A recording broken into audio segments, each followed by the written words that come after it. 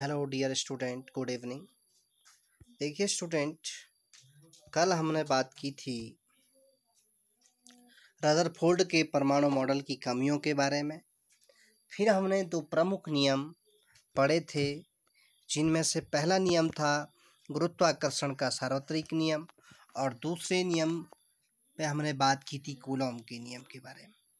देखिए स्टूडेंट, इन दोनों नियमों की आवश्यकता तब पड़ी जब रदरफोर्ड ने क्लासिकल मैकेनिक्स का उपयोग किया और देखा कि दो ग्रह या दो पिंडों के द्रव्यमानों के बीच जो बल कार्य करता है उसे गुरुत्वाकर्षण बल कहते हैं। और गुरुत्वाकर्षण की बल की वैल्यू हमें प्राप्त हुई थी F=कैपिटल G m1m2/r² न्यूटन। तथा जब हमने कूलॉम फोर्स के बारे में बात की तो कूलॉम फोर्स दो चार्जेज के बीच कार्य करता है और उसकी वैल्यू होती है F=1/4πε0 के Q1 Q2/r² न्यूटन।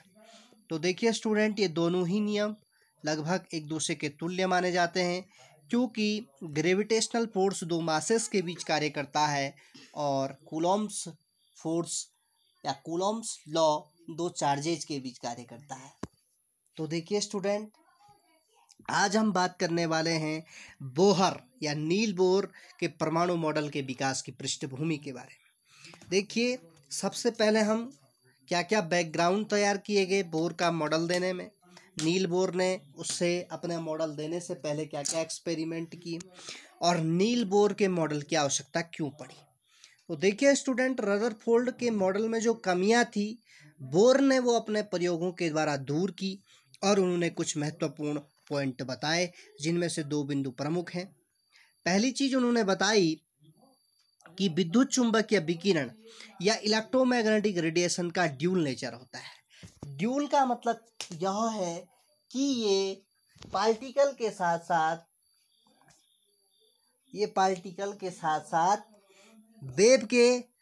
वेव की नेचर भी दिखाता है। मीन्स कि मैटर में पार्टिकल यानी कि कण के साथ साथ वेव यानी कि तरंग की प्रकृति भी होती है। इसे ही ड्यूल नेचर ऑफ मैटर कहा जाता है। दूसरी चीज उन्होंने बताई कि परमाणु स्पेक्ट्रम से संबंधित प्रायोगिक परिणाम, experimental results basis on atomic spectrum. Atomic spectrum हम इसी वीडियो में नेक्स्ट में आपको मैं बताने वाला हूं कि एटॉमिक स्ट्रक्चर होता क्या है, किस प्रकार से विजिबल लाइट या अल्ट्रावायलेट लाइट या infrared, X rays, beta rays, gamma rays कैसे होती हैं, क्या क्या उनकी फ्रीक्वेंसी होती है और क्या क्या उनकी वेवलेंथ होती है। तो देखिए स्टूडेंट, अब हम बात करेंगे, आज का हमारा सबसे इम्पोर्टेंट और इंटरेस्टिंग टॉपिक है इलेक्ट्रोमैग्नेटिक रेडिएशन की तरंग प्रकृति, wave nature of electromagnetic radiation. तो देखिए स्टूडेंट, क्योंकि नाम से ही पता चल रहा है इलेक्ट्रोमैग्नेटिक यानी कि इलेक्ट्रिसिटी के साथ साथ मैग्नेट की प्रॉपर्टी भी शो करता है। देखिए स्टूडेंट, यहाँ पे हमने एक 3 डायमेंशनल स्ट्रक्चर बना रखी है। ये एक्स एक्सिस को, ये वाई एक्सिस को और ये जेड एक्सिस को डिनोट कर रहा है। जहाँ पे एक्स एक्सिस इलेक्ट्रिक फील्ड को बता रही है, जेड एक्सिस मैग्नेटिक फील्ड को बता रही है और वाई एक्सिस बता रही है डायरेक्शन ऑफ प्रोपोगेशन को, यानी कि संचरण की दिशा को, तरंग किस दिशा में प्रोपोगेट कर रही है। और ये मूल बिंदु है जिसे हमने ओ से दिखा रखा है। तो देखिए स्टूडेंट, यहाँ इस एक्स एक्सिस से इलेक्ट्रिक फील्ड से वेव ने चलना शुरू किया, फिर वो मैग्नेटिक फील्ड से होती हुई इस प्रकार से फिर यहाँ लौट आई और यहाँ से मैग्नेटिक फील्ड से वेव ऑफ लाइट गई, फिर यहाँ मिल गई। तो देखिए स्टूडेंट, क्योंकि ये एक्स एक्सिस में इलेक्ट्रिक फील्ड है तो इलेक्ट्रिक फील्ड को सीधी लाइनों से दिखाया गया है और मैग्नेटिक फील्ड जेड डायरेक्शन में है तो इसको टेढ़ी लाइनों से दिखाया गया है। फिर ये ऊपर गया मैग्नेटिक फील्ड टेढ़ी लाइन, फिर मैग्नेटिक फील्ड नीचे आया टेढ़ी लाइन, और ये जो सीधी लाइनें हैं वो बताती हैं इलेक्ट्रिक फील्ड को। तो यहाँ तक आप समझ चुके होंगे। अब देखिए स्टूडेंट, यहाँ पे दो चीज़ें कॉमन है। पहला, एक तो इलेक्ट्रिक और मैग्नेटिक फील्ड एक दूसरे के परपेंडिकुलर हैं। ये देखिए यहाँ पे परपेंडिकुलर इस प्रकार से होता है, इस प्रकार से परपेंडिकुलर हैं, यानी कि 90 डिग्री के एंगल पे। दूसरा यदि हम बात करें तो यहाँ पर पुनः आप देखिए इलेक्ट्रिक फील्ड और डायरेक्शन ऑफ प्रोपोगेशन भी एक दूसरे के परपेंडिकुलर हैं। दूसरा यदि हम बात करें मैग्नेटिक फील्ड और डायरेक्शन ऑफ प्रोपोगेशन की, तो ये भी एक दूसरे के परपेंडिकुलर है। तो पहली तो ये बात आई सामने कि इलेक्ट्रिक फील्ड और मैग्नेटिक फील्ड एक दूसरे के परपेंडिकुलर होते हैं, साथ ही साथ इलेक्ट्रिक फील्ड और magnetic field direction of propagation के भी परपेंडिकुलर होते हैं। आगे देखिए, सबसे पहले हम बात कर लेते हैं कि थर्मल रेडिएशन या ऊष्मीय विकिरण होता क्या है। ऊष्मीय विकिरण विभिन्न आवृत्तियों यानी कि फ्रीक्वेंसीज और वेवलेंथों वाली तरंग दैर्ध्यों वाली इलेक्ट्रोमैग्नेटिक वेव्स से बने होते हैं, यानी कि जिनकी डिफरेंट फ्रीक्वेंसीज होती है और डिफरेंट वेवलेंथ होती है, इनसे बनने वाली इलेक्ट्रोमैग्नेटिक वेव्स को ही थर्मल रेडिएशन कहा जाता है। देखो फ्रीक्वेंसीज की यदि हम बात करें तो माना कोई पार्टिकल सिंपल हार्मोनिक मोशन कर रहा है, तो सिंपल हार्मोनिक मोशन करते हुए पार्टिकल द्वारा 1 सेकंड में कितने ऑसिलेशन किए जाते हैं, यानी कि 1 सेकंड में कंप्लीट किए गए ऑसिलेशन की नंबर को ही हम उसकी फ्रीक्वेंसी कहते हैं। और यदि वेवलेंथ की बात करें तो वेव द्वारा 1 सेकंड में चली गई दूरी को, ये इस वेव द्वारा 1 सेकंड में कितनी डिस्टेंस ट्रेवल्ड हो रही है, वो इसकी वेवलेंथ कहलाती है। और क्योंकि वेवलेंथ डिस्टेंस को बता रही है तो वेवलेंथ का मात्रक मीटर होता है, जबकि फ्रीक्वेंसी का मात्रक हर्ट्ज होता है और इसके HZ से डिनोट किया जाता है। आगे हम बात करते हैं इलेक्ट्रोमैग्नेटिक वेव्स के बारे में। तो देखिए बच्चों, जेम्स मैक्सवेल ने 1870 में सबसे पहले आवेशित पिंडों के बीच यानी कि चार्जेज Q1 Q2 के बीच अन्योन्य क्रियाओं और स्थूल मतलब मैक्रो लेवल पर विद्युत तथा चुंबकीय क्षेत्रों की व्याख्या की, यानी कि बड़े स्तर पर इलेक्ट्रिक और मैग्नेटिक फील्ड की व्याख्या की। उन्होंने यह सुझाव दिया कि विद्युत आवेशित कणों को जब एक्सेलरेट किया जाता है या त्वरित किया जाता है तो एकांतर विद्युत और चुंबकीय क्षेत्र उत्पन्न होते हैं। जैसा आपने देखा, हमने उनको रे से गुजारा मूल बिंदु से, तो इलेक्ट्रिक फील्ड और मैग्नेटिक फील्ड जनरेट हुए और ये तरंग संचरण की दिशा में प्रोपोगेट होते हैं या संचरित होते हैं। आगे हम बात करें विद्युत चुंबकीय तरंगों के गुणों के बारे में, तो सबसे पहला गुण है दोलायमान यानी कि ऑसिलेट करते हुए। जो मैंने आपको बताया कि ये आपका कोई पेंडुलम है, ये इसकी मीन स्टेट या इक्विलिब्रियम स्टेट है और ये अपनी इक्विलिब्रियम स्टेट के इधर और उधर कंपन करता है, तो इसी को इस ऑसिलेशन कहते हैं। Number of vibration is called oscillation. तो दोलायमान आवेशित कणों द्वारा उत्पन्न विद्युत तथा चुंबकीय क्षेत्र एक दूसरे के परपेंडिकुलर होते हैं। जैसे आपने देखा कि ये इलेक्ट्रिक फील्ड है, ये मैग्नेटिक फील्ड है, ये डायरेक्शन ऑफ प्रोपोगेशन है, तो इलेक्ट्रिक फील्ड और मैग्नेटिक फील्ड एक दूसरे के परपेंडिकुलर हैं और इलेक्ट्रिक और magnetic field direction of propagation के भी परपेंडिकुलर हैं। आगे हम बात करें ध्वनि अथवा जल तरंगों के विपरीत विद्युत चुंबकीय तरंगों को किसी माध्यम की आवश्यकता नहीं होती है। देखिए स्टूडेंट, इलेक्ट्रोमैग्नेटिक फील्ड मैं आपको बता देना चाहता हूँ कि इलेक्ट्रोमैग्नेटिक वेव्स लाइट वेव्स होती हैं, ये इनकी जो नेचर होती है वो लाइट वेव्स होती हैं और लाइट वेव्स की भी जो नेचर है वो ट्रांसवर्स नेचर की होती है। क्योंकि आप जानते हैं दो वेव जो होती हैं, ट्रांसवर्स वेव्स और लॉन्गिट्यूडिनल वेव्स।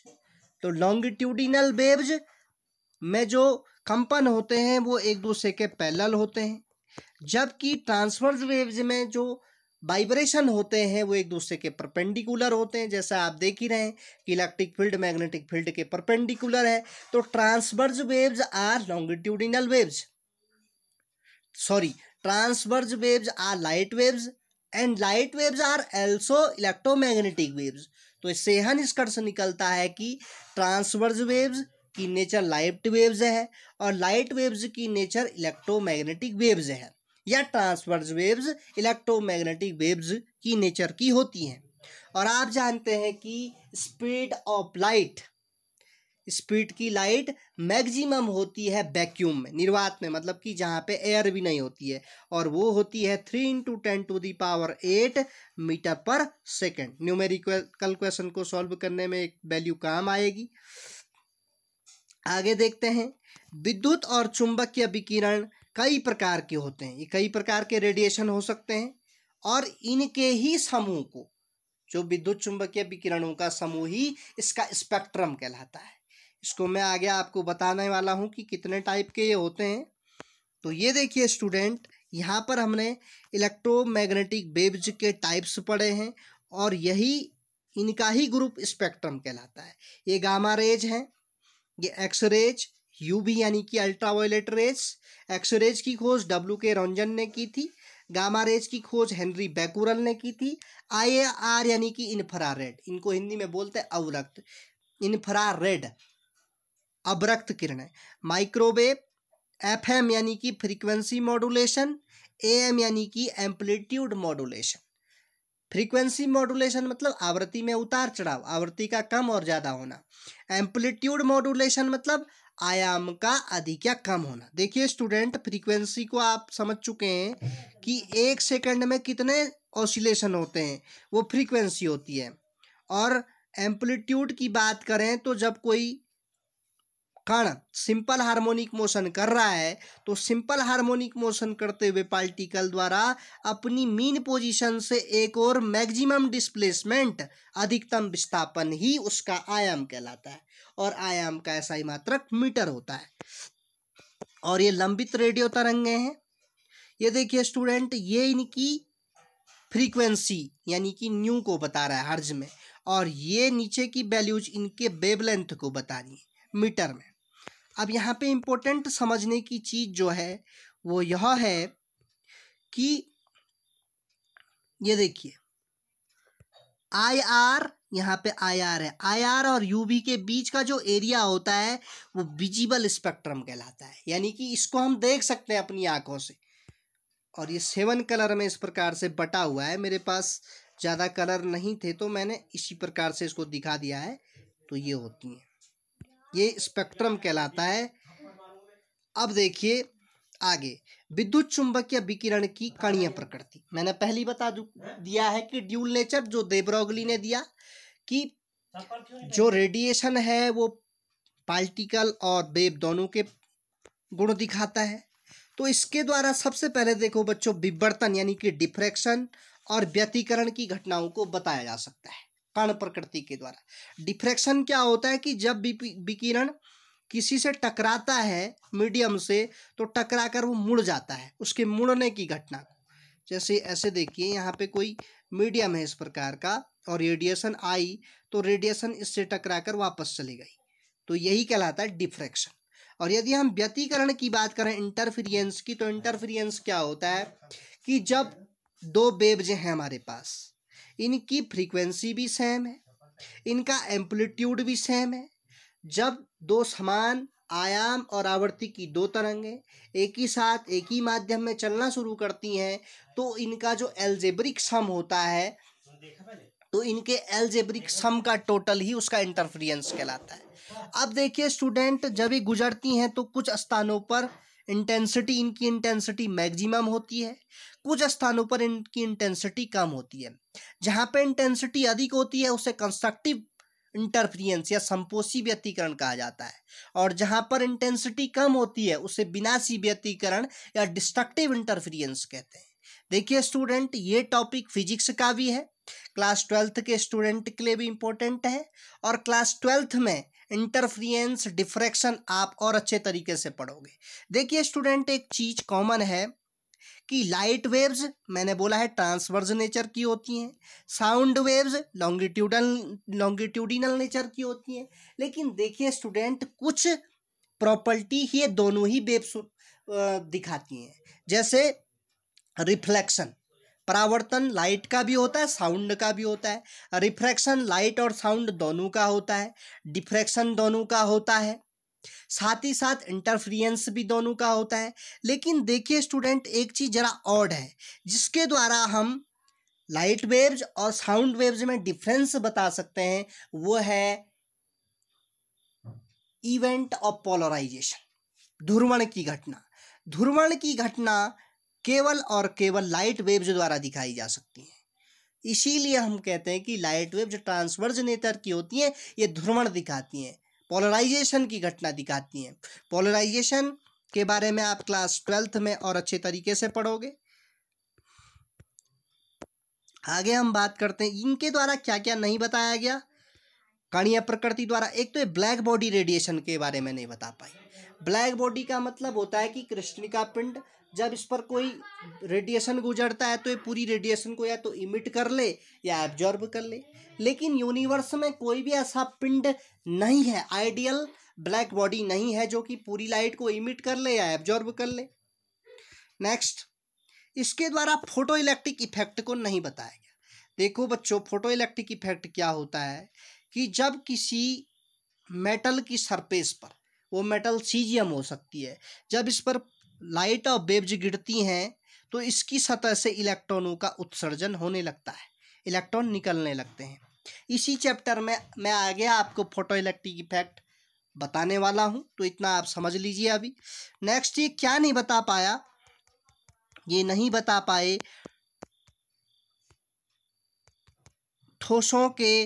ठोसों में तापमान के फलन के रूप में हीट कैपेसिटी को नहीं बता पाए। नेक्स्ट, ये हाइड्रोजन के स्पेक्ट्रम के बारे में नहीं बता पाए। और नीचे मैंने आपको बता दिया इंटरफेरेंस और डिफ्रैक्शन के बारे में, मैं ऊपर भी बता चुका हूँ।